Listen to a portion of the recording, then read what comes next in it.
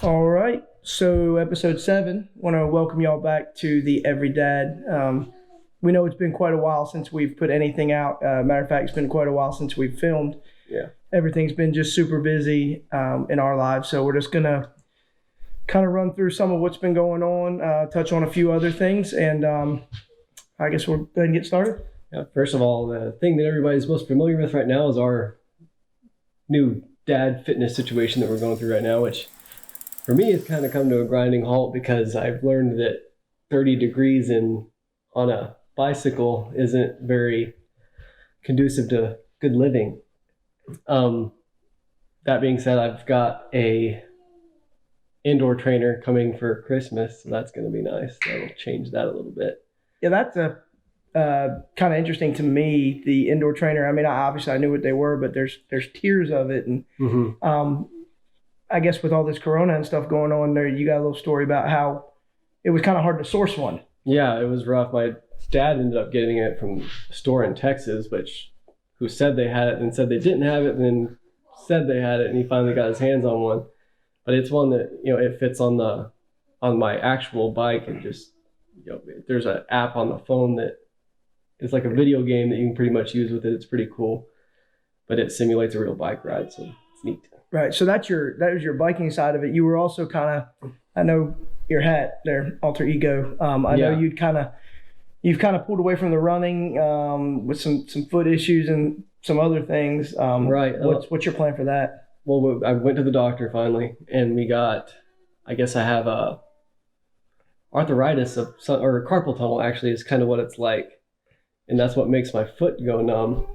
And I've been working on some flexibility exercises and stuff like that, trying to get that up, and also can't bring myself to run in the cold. Should take up ballet.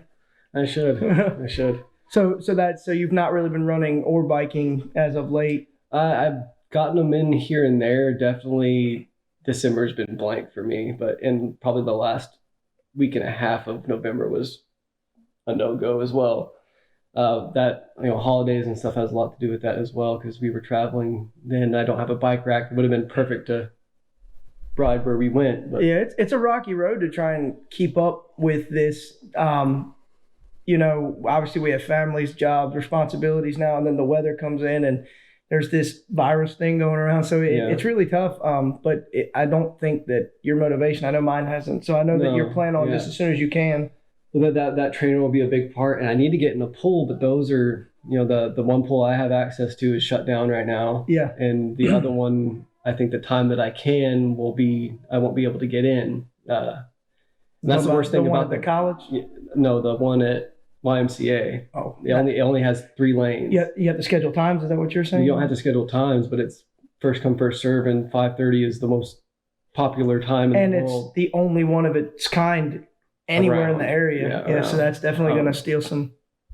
You won't have time to get there. But I mean, that's what's killing me in the bike is that technically, the days will actually warm up where it would be tolerable, but that's my time with the baby. Yeah, it's like 70 degrees today, so it would have been a good day. Right, but in the morning it was 32 or 30 or 31. It was in the 30s for sure. And that's just, I don't have the gear, the layers for that yet. Even is that something you plan on looking into? I think I might just be a fair weather guy. I just think that when you're doing something like that, I mean, I know people make fun of all the bike gear, but there's a purpose for it, like the spandex and stuff. Like riding in a bunch of bulky stuff is not. Everything, it's all friction, so the more you have on, the more susceptible you are to that stuff. You want to try that again? Susceptible? Yeah, it was good. It's a rough one. But, in bulky layers, which anybody who runs knows that you're only cold when you start, and then you're stuck with what you have on. Yeah. Especially on the bike. You're stuck with whatever you have on. No back seat or trunk to throw it in. I'm on a 12-pound machine that doesn't have anywhere to stow things. I don't have saddlebags. Yeah. So, I've obviously been having the same issues. Yours just the gym, but for different reasons. Yeah, like I can't seem to. I was perfectly. I was adhering to my plan perfectly for a month or two at least, and the last 2 or 3 weeks have been real tough. The gym, well, based on our governor's order, went to full mask, all right? Full mask all the time. And I just can't do the elliptical or any kind of cardio with it. And then that kind of, I was like, well, maybe I'll just go up there and do weights. And then I'm thinking in my head, there's probably a lot of other people who don't want to do it on the cardio either. So they're probably already on the weights and there's only so many of them. And, so I've not stuck to it in the last couple of weeks. The best thing I'm doing is at least I'm still eating fairly well. But the gym's kind of not been a thing. And I'm waiting for this stupid lockdown crap to go away, because I feel like I already noticed my energy level is different just in the 2 or 3 weeks I haven't been. Yeah. And maybe it's just in my mind, but I feel like I've you feel just worse about yourself. Gained overall. weight. It just feels like a little bit of a failure, and like we're making excuses, but they're pretty good excuses. And I'm not going to lie, I have made the decision, like, I'm going to get this indoor trainer and I'm not going to bike in the cold. I can't stand that. That's terrible.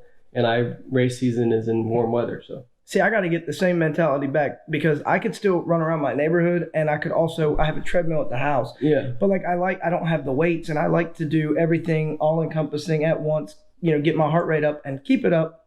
Just switch to endurance, man. That's what I'm doing. Yeah. It's going to be fun. Just lose a little bit of weight. It's just not me.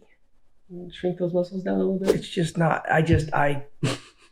I prefer to do everything, in no,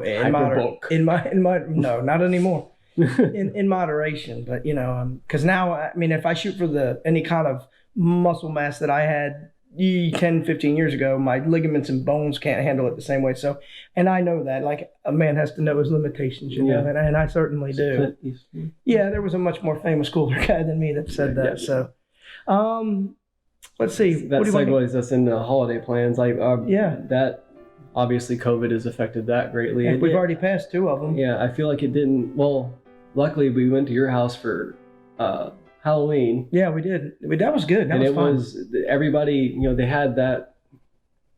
They had bags of things, but they weren't directly handing stuff out, and everybody was out there. Some had candy shoots. Yeah, that was pretty cool. It was actually pretty packed and fun. I will say that is definitely the first real ding for moving to a neighborhood. Absolutely. Because heck, my neighborhood's big enough that we only stayed in the small section of it. And we trick-or-treated for at least an hour. And we could have stayed, yeah. And we cleaned up. Your daughter can't really have anything of what we got, so you cleaned up. Yeah. And that's just nice, you guys living there, because we know we can go do that. Because that could just be a thing. It's an excuse for us to get together on top of everything, so. Yeah, that was awesome. So, and I think that you and I talked about maybe, and this would have to be done soon, I guess. Christmas. But doing something We've where... already talked about it. Yeah, where we just kind of ride around Christmas lights, and because my neighborhood's drastically filling up with Christmas lights. Yeah. I've been meaning to ask you about that, actually. Yeah, it's definitely doing that. So, next week or 2, maybe we can figure that out, because, there's a lot going on prior to then with families and trying to get, we got to. So your kids are officially out of school again now, right? No. They didn't go virtual? No, they did. But my daughter going to a charter school. So they didn't. And I told you all that, right? How she's back in school now?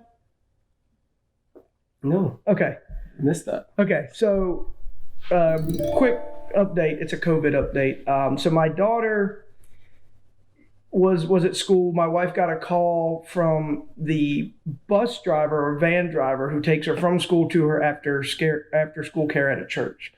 And the lady said, "Hey, I just tested positive for COVID. It shouldn't affect Madison, but I can't pick her up, and I don't think she can go to church today because they don't have a bus driver, so they're not going to have those classes." Mm-hmm. Okay. So Lindsay was close enough. She was able to go pick Maddie up. Well, she called the school to say, "Hey, don't put her in the van line. Put her out at regular for me to pick her up," because there's no school buses that go to her school. So when Lindsay called, the lady was like, "Oh, I was just going to email you. This is from the school saying, hey, since Madison was a contact, she can't come back to school for 2 weeks, which coincides with holiday break, which is going to push it out all the way to January 7th.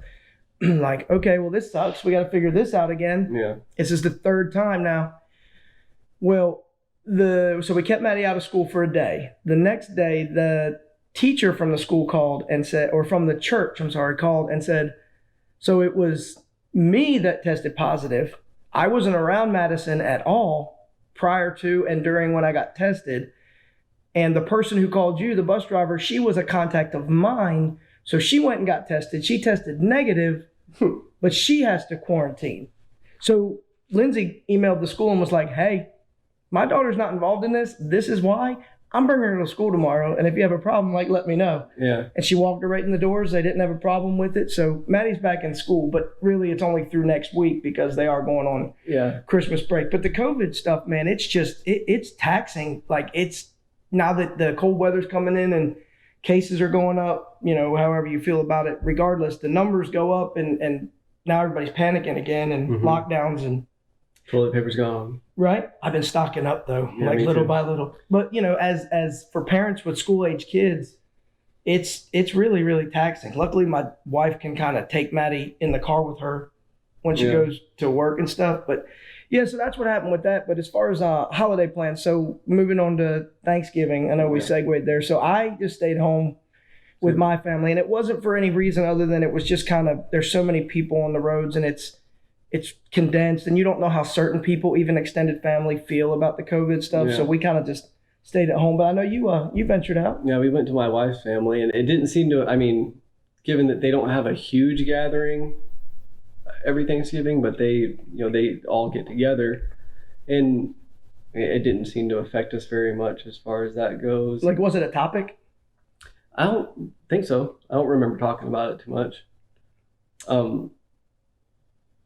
It's their first Thanksgiving without a couple of family members, so that was more Like people that passed away? Right. That was more of a topic, or at least in the back of everyone's minds than anything that. So everybody was just happy to be close. Yeah, I get that. Before we get on to Christmas, school. Did you finish that up? Oh yeah. So you were there with me the entire time, but I thought I was gonna pull a C and a D in I'm getting towards the end of my psychology requirement, and it was a little bit overwhelming this time around. I did most of my work at work, which was hard, finding time to do that, and then most of the actual assignments I would do on the weekends, which was crunch time, because everything was due, which luckily this teacher had everything due that following Monday, which was kind of nice.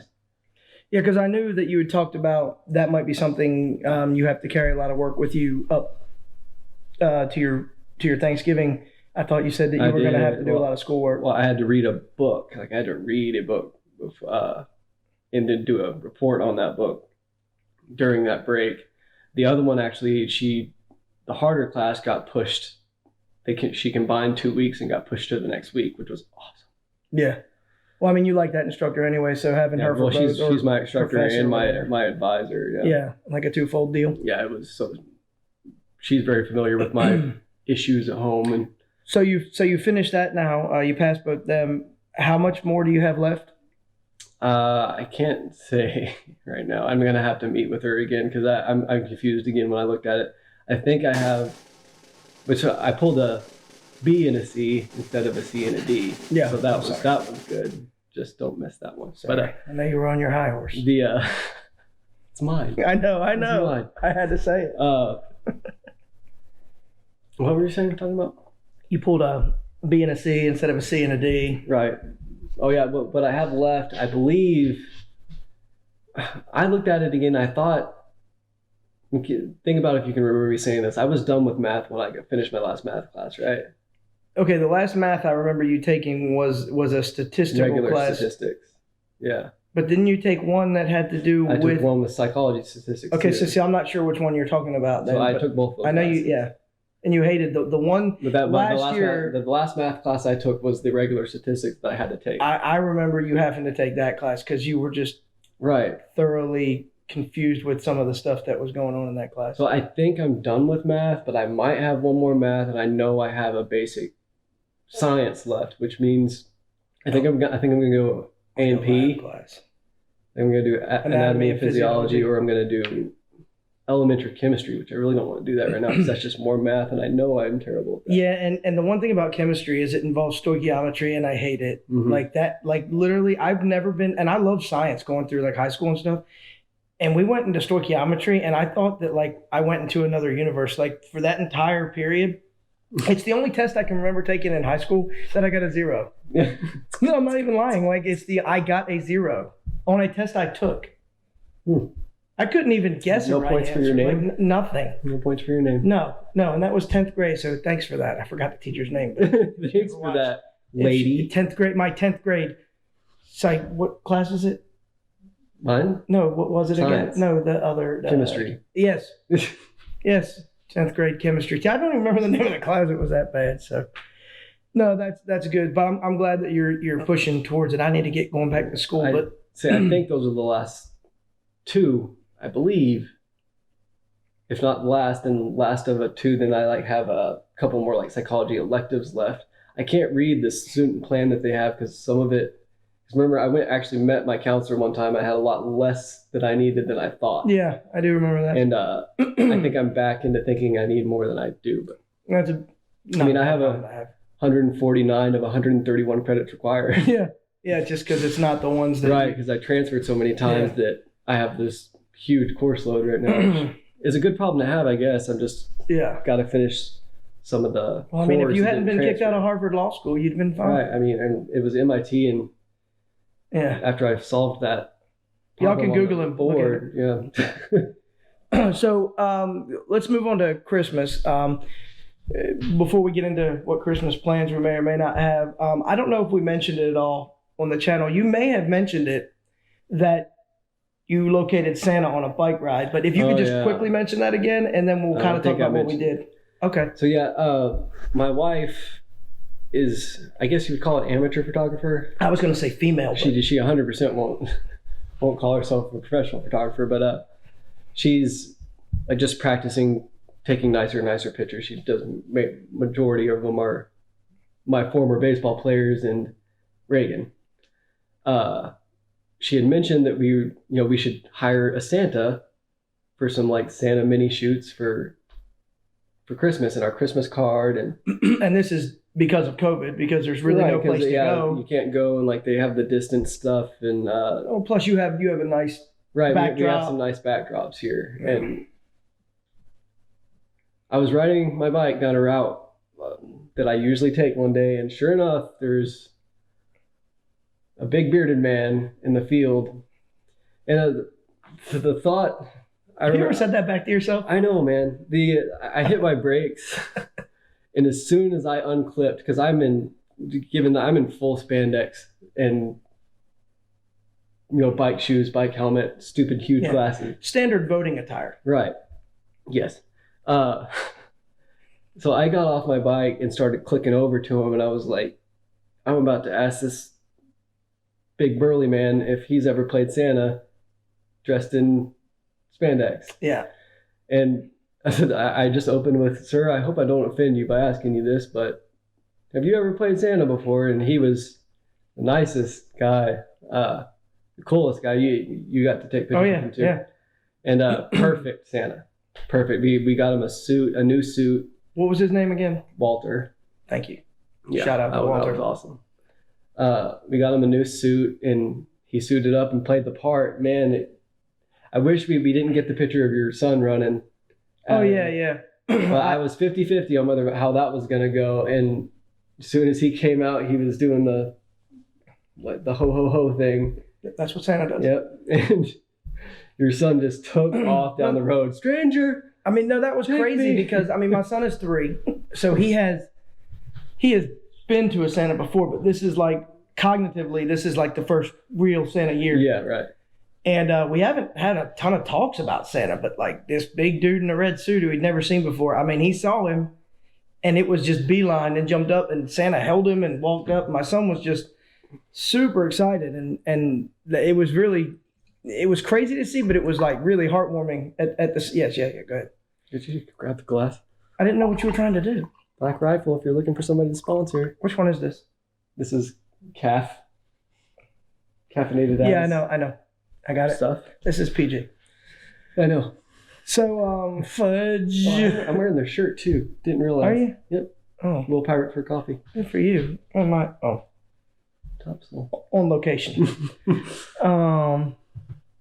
Yeah, so I'm saying it was really neat to see that, and like it made the trip out here worth everything to do that because we got some really, really good pictures, and my kids just absolutely loved it. My daughter, I mean, I can't believe he was as nice as he was, Well, because she sat there for like 15 my daughter's minutes, like 60 pounds.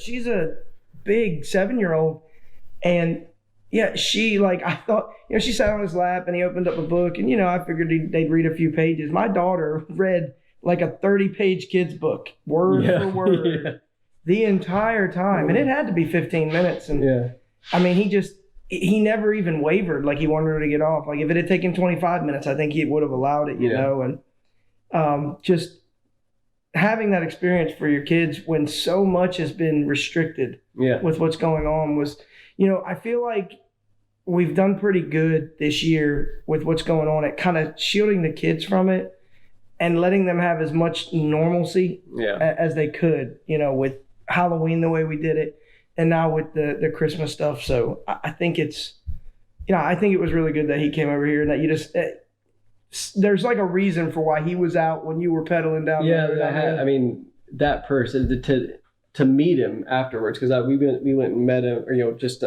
so we know who we're talking with. Yeah, you got to be careful with that. Right, and I used to be a mall Santa. Now I'm on a register. Right.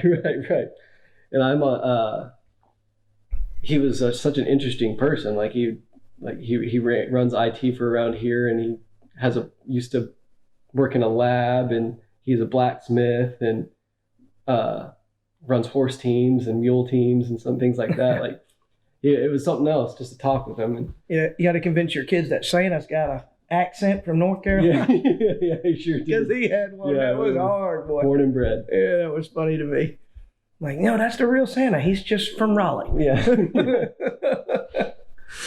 So, what are your holiday plans? You going to go anywhere? Our Christmas plans are close, so it's just going to be me and Heather and the baby. Everybody's putting their eggs in the birthday basket. Yeah.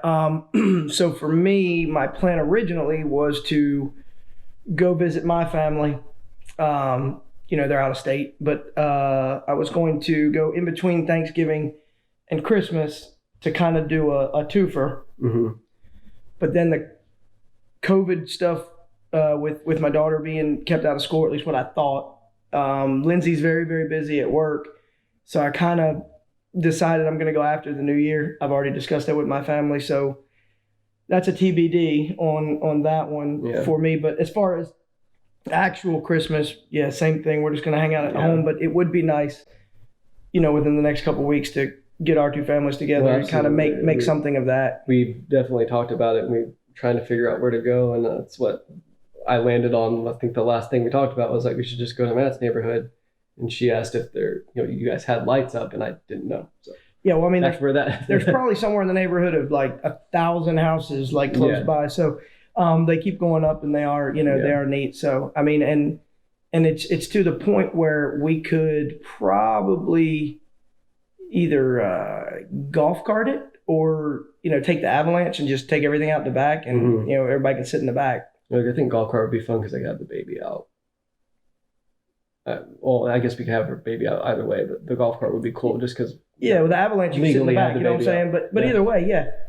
We'll figure it out. So I think it's gonna be fun. But you did mention Reagan, right? Birthday basket, whatever. Of anything, if we're gonna push kind of the envelope on, that's probably gonna be it. It's Reagan's first birthday, the weekend of the 24th, in January. Right, the 24th of January. Yes. So that's why everybody in my family kind of saved that trip for then, saving whatever vacation and whatever they have to come in, and that's meet grandmas and moms and dads. My grandmother still hasn't seen her. My grandmother hasn't seen her yet. Yeah, I've met your grandmother, right? She came with your mom. Yes, that one time, yeah. And Heather was still pregnant, or was that before? I don't remember. No, she was pregnant. Yeah. But so that's going to be a relatively large get together. But Here. Yeah. Because where else could we have it? No, I probably know where. I was just curious. But it shouldn't be, outside of our. Yeah, I know. Outside of our direct family, I don't think it's going to get too crazy. But that's if anything, we're going to be pushing the envelope on that one. Is we're not abiding by any restrictions there. We're going to have that regardless. It's going to be Winter Wonderland, like Wonderland. I see what you did there. Hey, quick. Which is cool because we're shopping now for decorations and it's Christmas, so there's a bunch of that stuff out. As long as we don't go too Christmassy with it, I guess. Yeah, no, I understand. It's like Narnia type stuff is what we're trying to get at. Okay, real quick, last thing before we get into any topics. So you haven't hit this yet, and I've now been through girl and boy. Trying to potty train my son. Was the girl easier? Yes. Awesome. I've been told it's because they sit down for everything. I guess so. Right? I mean, but when they're kids, they all kind of do. But I've started teaching my son he doesn't have to do that, and I let him pee outside and all kind of stuff, which I've also been told that's a bad thing to do because then they get used to doing it whenever, wherever. I did get in trouble for that. Right? Exactly. It's not as widely accepted anymore either. Yeah. But I don't understand. He has no problem saying when he's got to pee, go and pee on the potty. He has no problem telling me when he has done in his shorts, but he won't tell me he has to, and he won't relieve himself in that way. He won't take a dump on the toilet. FOMO. What? FOMO. He's got FOMO. Oh yeah. I don't know if it's a fear. I just think he's stubborn and he knows we want him to do it because my son's kind of like that. And like, he likes to kind of go up into his room and like do it on his own or go somewhere like away from everybody. He likes to do that. He likes to kind of be in private. So the bathroom's not private. Well, usually we're sitting in there with him now, but I'm trying to work that because I don't know what he's going to do if I'm not seeing him when his bits are out. I don't want him peeing all over my wall. But it's an interesting thing to try and teach him to do it. And it's actually the reason that we're so hard on it now. I mean, yeah, he's getting older. He's beyond an age where a lot of people are potty trained. And so my wife went to I guess they did like must have been Thanksgiving parade or like a walk around his daycare. Like the kids walked outside. It was like their little parade. And my wife noticed that my son was the tallest kid in his class. Well, my son's not very tall for his age.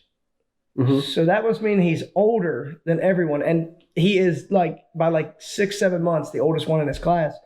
Because they move him up when they get potty trained to the next one. So we're really hitting hard on that right now because he won't do it. And if anybody, I know, comments aplenty for us to read, but of all like 6 people that watch this, yeah, exactly. If someone out there knows a tip or a trick to getting him to, I know they'll all do it in their own time, but like I'm kind of trying to speed that up so that he doesn't get left behind too far in his class. So I obviously don't remember.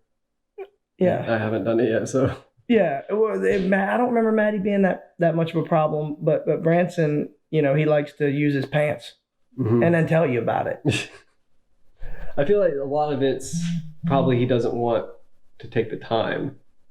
Well, no, he don't want to miss anything. He'll sit in there and read a book. No, he'll sit in there. No, he'll sit on that. I thought his legs were going to go to sleep yesterday because I sat in there with him and he was sitting on his little potty, and it must have been 30, 40 minutes we sat in there and he kept telling me, he's like, I go poo, Daddy. And I'm like, no, you didn't. We've tried to bait him with ice cream and for afterwards. Okay. I was like, that's all. That's like just snapped across my mind. I was like, you just throw the ice cream in the toilet? Yes. He wants to poop on it? As a treat is what I'm talking about. Like a dog. Good boy.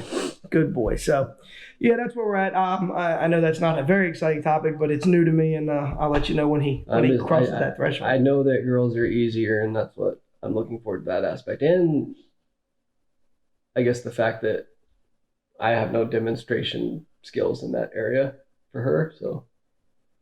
Yeah, I mean, that's true. It has been fun with Branson to like take him outside and have him aim at a tree. Yeah, spell your name. You know, but it is also very strange if I go to the bathroom like to pee and I'm standing there and like he'll push the door open and he'll come in, and if I'm standing at the toilet, he'll stand here and just watch.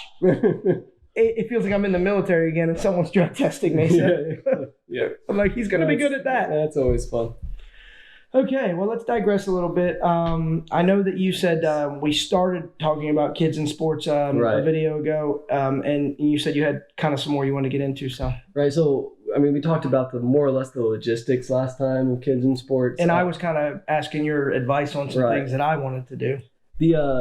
I think the biggest thing that I want to talk about is, so I've coached now from, let's say, 11, 12 and under, and I coached those same kids until they were 17 and under.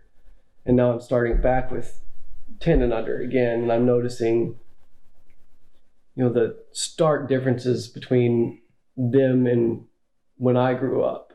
And even now, from that first set of boys to this, these 10-year-olds that I have now. And some of that's obviously the 2 years. 2 years, removed. Yeah, absolutely. Also, I have a girl-boy thing I need to talk about too. But for me, when I was little, so I was, given that I was a coach's kid, but my dad was separated that well. And he had been coaching like me long before I came around.